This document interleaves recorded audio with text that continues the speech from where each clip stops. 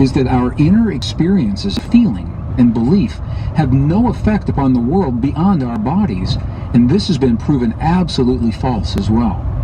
Paradigm-shattering experiments published in leading-edge, peer-reviewed journals prove that we are bathed in a field of intelligent energy that fills what used to be thought of as that empty space.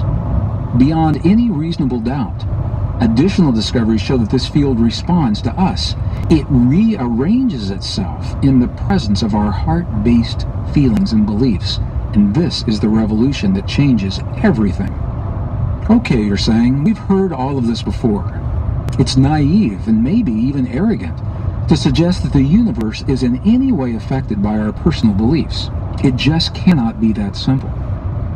As a scientist trained in the conventional ways that science has viewed our world in the past, 22 years ago I would have agreed with you.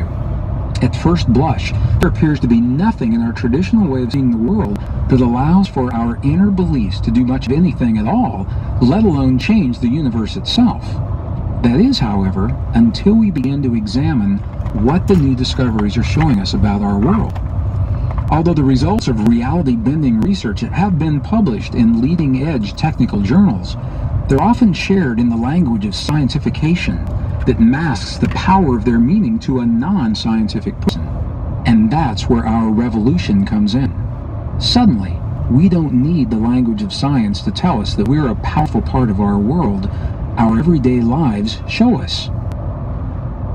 I suspect that future generations will see our time in history as the turning point, when the conditions of the world forced us to discover how the universe really works and accept our interactive role in it. Rather than following the first 3 centuries of scientific imagery that portrayed us as powerless victims in life, the new science suggests just the opposite. In the late 1990s and early 2000s, for example, scientists revealed the following facts. Fact number 1. The universe, our world, and our bodies are made of a shared field of energy that was scientifically recognized in the 20th century and is now identified by names that include the field, the quantum hologram, the mind of God, nature's mind, the matrix, and the divine matrix. Fact number 2. In the field of the divine matrix, things that have been connected physically and then separated act as if they are still connected through a phenomenon known as quantum entanglement. Fact number 3. Human DNA directly influences what happens in the divine matrix, a way that appears to defy the laws of time and space. Fact number 4. Human feeling, emotions, and belief directly changes the DNA that influences what happens in that matrix. And fact number 5. When we change our beliefs about our bodies and our world, the divine matrix translates that change into the reality of our lives. Well, with these and specific, now we must ask ourselves the question that is perhaps the most revealing of all. Are we born with a natural ability to create and modify our bodies and our world? And if so, then we must be willing to ask the next question. What responsibility do we have to use our birth-given power in presence of what experts tell us are the greatest threats to the future of our lives, our world, and even our species in history? Now is the time. Clearly, we don't know all there is to know about how the universe works and our role in it. Honestly, we still don't even know for certain how it began or what caused it. While new studies will undoubtedly reveal greater insights, we could wait for another 100 years and still not know the answers. A growing consensus of scientists, however, suggests that we simply may not have that long. Powerful voices in the scientific community, like Sir Martin Rees, professor of astrophysics at the University of Cambridge, suggest that we only have what he calls a 50-50 chance of surviving the 21st century without a major setback.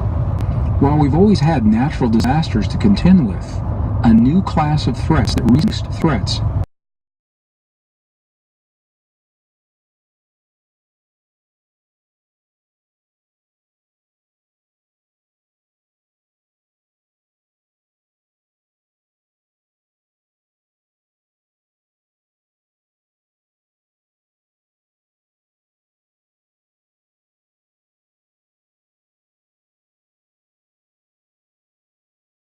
crossroads for planet Earth in September of 2005, echo Reese's warning, telling us that the next 50 years will be decisive in determining whether the human race, now entering what they call a unique period in its history, can ensure the best possible future for itself. The series of essays from experts in fields that range from global health and energy consumption to sustainable lifestyles. The consensus is that we simply cannot continue life in the same way that we have in the past. We cannot continue with the way we use energy, the direction of technology, and an ever-expanding population if we expect to survive another 100 years. Complicating all these problems is the growing threat of a world war that's driven, at least in part, by the competition for the same disappearing resources that define the essays. Perhaps the uniqueness of our time is best described by Harvard University biologist E. O. Wilson. The bottleneck in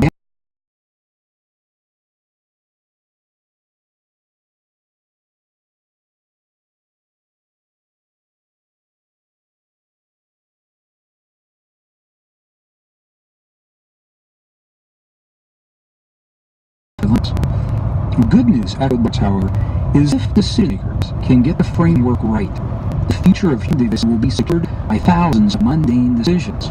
It's usually in mundane matters that the most profound answers are made. Now that there are countless decisions that each of us will be asked to make in the near future. I can't help thinking, however, that one of the most profound and perhaps the simplest will be the decision to embrace what new science has shown us about who we are and our role in the universe. If we can accept the powerful evidence, consciousness itself, and our role in that consciousness are missing links in theories of how reality works, then everything changes. In that change, we begin anew. This makes us part of, rather than separate from, all that we see and experience, and that's what rights us, all of humankind.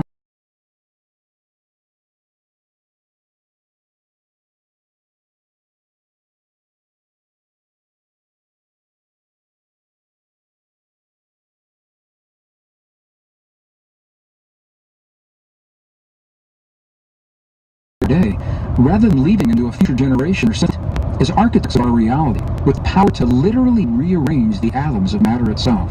What problem cannot be solved? What solution could possibly be beyond our reach? The power to choose is the power to change. By its nature, the exploration belief is a journey that's deeply personal. Each of us has developed a little different take on our own beliefs while finding a way to fit them into the collective of our culture, religious teachings, family, and friends. And since belief is such an intimate experience, there are probably as many ideas about what belief is as there are people having the beliefs. Through topics covered in this book, I'm inviting you on a new and possibly very different way of thinking about yourself, your life, and your world. For some people, this way of seeing things is a challenge. For others, it tweaks their curiosity.